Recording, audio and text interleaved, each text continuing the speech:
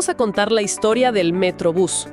Para muchos, acá, en nuestra zona metropolitana de Asunción, esas palabras evocan imágenes muy, pero muy claras.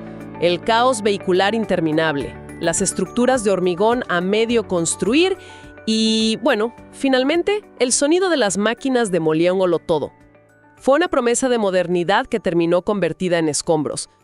Hoy vamos a analizar por qué un proyecto que parecía tan necesario, tan bien encaminado, se convirtió en uno de los fracasos de infraestructura más emblemáticos de acá. Y la promesa era realmente transformadora. Hablamos de un sistema de buses de tránsito rápido, un BTR, de primer nivel. La visión era clara: conectar San Lorenzo, Fernando de la Mora y Asunción. Por el eje de siempre, Mariscal Estigarribia, Eusebio Ayala. Exacto. Con carriles exclusivos, estaciones modernas, buses de alta capacidad.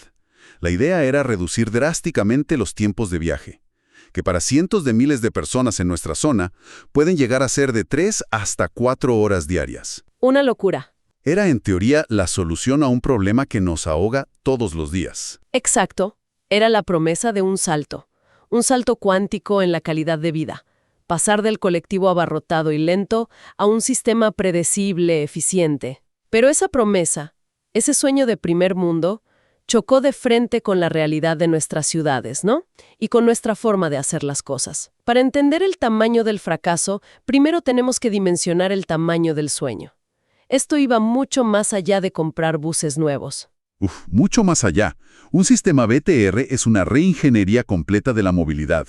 El diseño contemplaba carriles exclusivos en el centro de la avenida, lo que lo aísla del tráfico normal. Claro. Se planeaban 16 líneas de buses alimentadores que traerían a la gente desde los barrios hasta el corredor principal. Y las estaciones. Eso era un concepto nuevo para nosotros. Lo de pagar antes de subir. Justamente. Pagar el pasaje antes de subir al bus, agilizando todo el proceso. El objetivo era mover a más de 300,000 pasajeros por día. Y los vehículos mismos eran parte de esa visión, no eran los colectivos que conocemos acá. Se hablaba de unidades articuladas, de gran capacidad. Para 160 personas. En algún momento incluso se mencionó la posibilidad de que fueran buses eléctricos. ¿En serio? Sí. El corredor principal iba a tener casi 18,5 kilómetros, con 26 estaciones y 3 terminales. Era una obra de una escala que de verdad podía cambiarle la cara a nuestra área metropolitana. Sin duda. Y tenía un respaldo financiero que parecía robusto, ¿verdad? Correcto. El financiamiento principal venía de préstamos internacionales, principalmente del BID, aprobados por ley en el 2013. El costo total estimado superaba los $160 millones. O sea, había un plan, había dinero y había una necesidad urgente. El objetivo era uno solo: atacar la congestión crónica y mejorar la vida de miles y miles de personas. Entonces tenemos el plan perfecto, el dinero asegurado, la aprobación política. Las obras arrancan entre 2016 y 2017 y, casi de inmediato, empiezan a aparecer las grietas. ¿Cuál fue el primer error fundamental? Esa decisión que, en retrospectiva, parece que condenó al proyecto desde el inicio. El error cardinal fue de estrategia, de planificación. Se tomó la decisión de empezar a construir por la mitad. ¿Cómo que por la mitad? Es decir, comenzaron las obras en los tramos centrales del corredor, desde la zona del Mercado 4 hasta el campus de la UNA en San Lorenzo, sin haber resuelto primero los problemas en los extremos. Un momento, detengámonos ahí. Eso suena completamente ilógico desde cualquier punto de vista de gestión de proyectos. Es como construir un puente empezando por el tramo del medio, sin tener aseguradas las dos orillas. ¿Por qué se tomaría una decisión así? ¿Fue por conveniencia política, para mostrar algo rápido? Es la pregunta del millón. Algunas de las fuentes sugieren justamente eso. Fue una decisión para mostrar progreso visible lo más rápido posible. Los tramos del medio eran, en teoría, los menos conflictivos socialmente. Claro, para la foto. Para la foto. Empezar ahí permitía tener imágenes de maquinaria trabajando, de estructuras levantándose, pero los verdaderos nudos gordianos del proyecto estaban precisamente en los extremos que dejaron para después. ¿Y cuáles eran esos nudos? Los más complejos que te puedas imaginar para nuestra ciudad. Por un lado, el tramo del centro de Asunción que afectaba directamente al Mercado 4. Uf, el Mercado 4. Un ecosistema social, económico, con sus propias reglas y un poder inmenso. Y por el otro extremo, la terminal de San Lorenzo, otro punto de alta complejidad. El proyecto entero quedó rehén de negociaciones y decisiones políticas en estas dos zonas que al final nunca se concretaron. Se construyó el cuerpo de la serpiente sin tener ni la cabeza ni la cola. Exactamente esa es la imagen. Y mientras se cavaban el medio, apareció el problema del que todos terminamos hablando. La frase que se volvió famosa, la franja de dominio. Exacto, la franja de dominio. Suena a un término súper técnico, pero en realidad era un problema profundamente humano. Totalmente. Franja de dominio es la forma elegante de decir que el Estado no era dueño del terreno sobre el cual pretendía construir. No puedo creerlo. Para hacer los carriles exclusivos y las estaciones, se necesitaba ensanchar la avenida, y eso significaba afectar propiedades privadas, expropiar terrenos, y lo más delicado, reubicar a cientos de comerciantes, frentistas y vendedores informales que vivían y trabajaban en el borde de la ruta. Especialmente en la zona de Fernando de la Mora, ¿no? Especialmente ahí. O sea que se licitó la obra, se consiguieron los préstamos y se empezó a construir sin tener la certeza de que se podía usar el espacio físico necesario. Es difícil de creer que un proyecto de esta magnitud se aprobara con una falla tan fundamental en su base. Es un error de principiante a una escala millonaria. Y es la lección central de toda esta historia. La infraestructura en una ciudad viva no es solo hormigón y acero, es una cirugía social. No se puede simplemente trazar una línea en un mapa sin tener un plan detallado, consensuado, para las vidas y los negocios que existen sobre esa línea. El Metrobús tenía una solución técnica brillante, pero carecía por completo de una solución humana.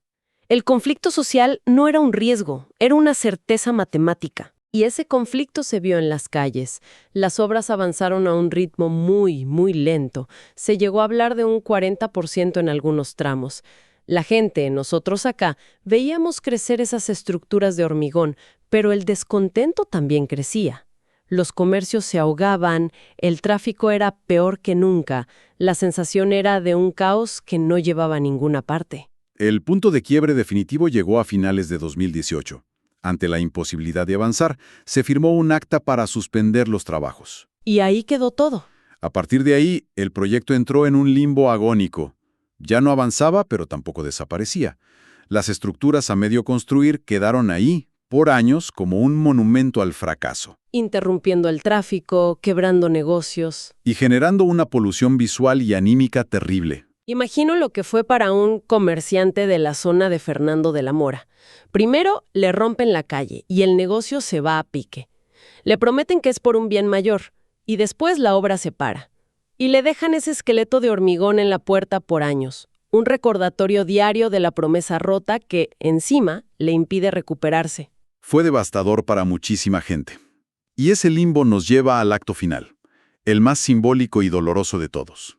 La demolición. La demolición.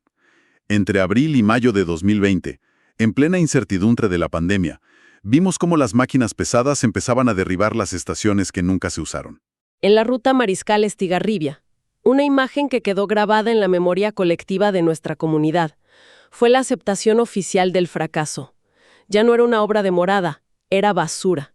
Era dinero público convertido en escombros, que además había que pagar para remover. Exacto. Y el costo de ese fracaso tiene cifras muy concretas. Solo el tramo que se demolió, ese dinero que se tiró literalmente a la basura, le costó al Estado unos 21 millones de dólares. 21 millones de dólares. Pongamos esa cifra en perspectiva para que se entienda la magnitud del despilfarro. ¿Qué otra cosa se podría haber hecho aquí en nuestra sola con esa plata?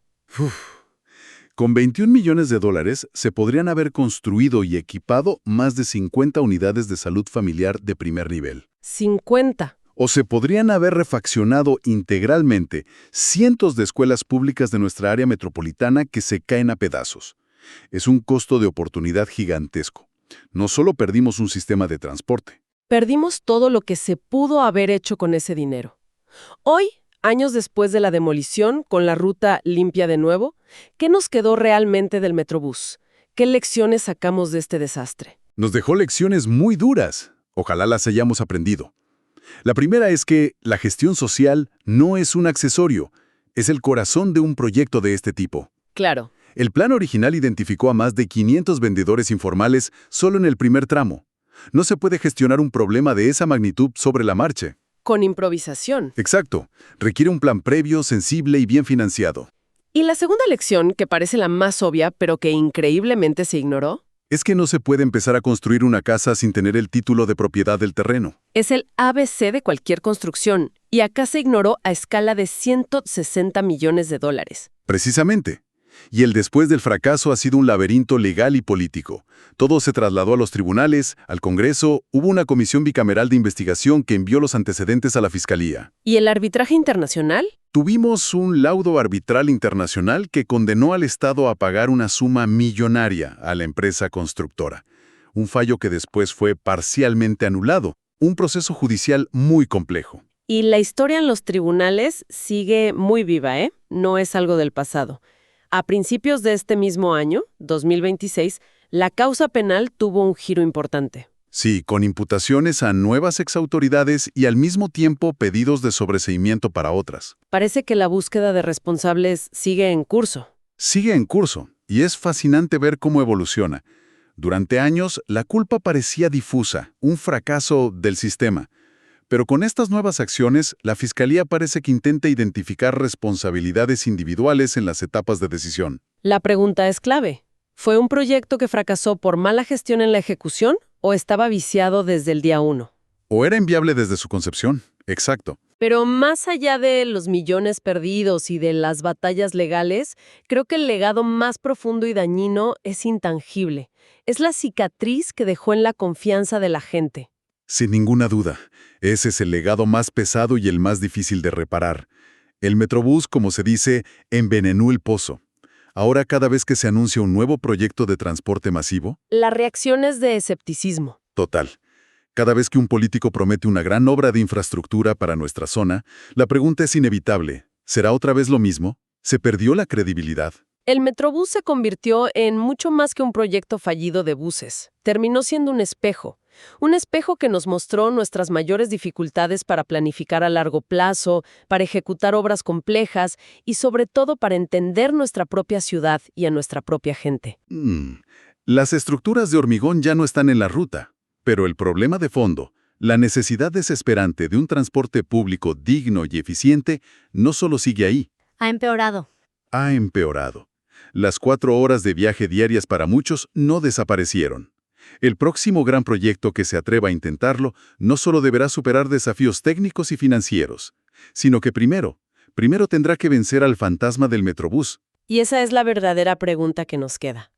No es solo cómo será el próximo proyecto, sino si después de esta experiencia hemos aprendido lo suficiente como para volver a confiar y permitir que alguien lo construya. Esto fue el Metrobús en Radio San Fernando y Canal 14.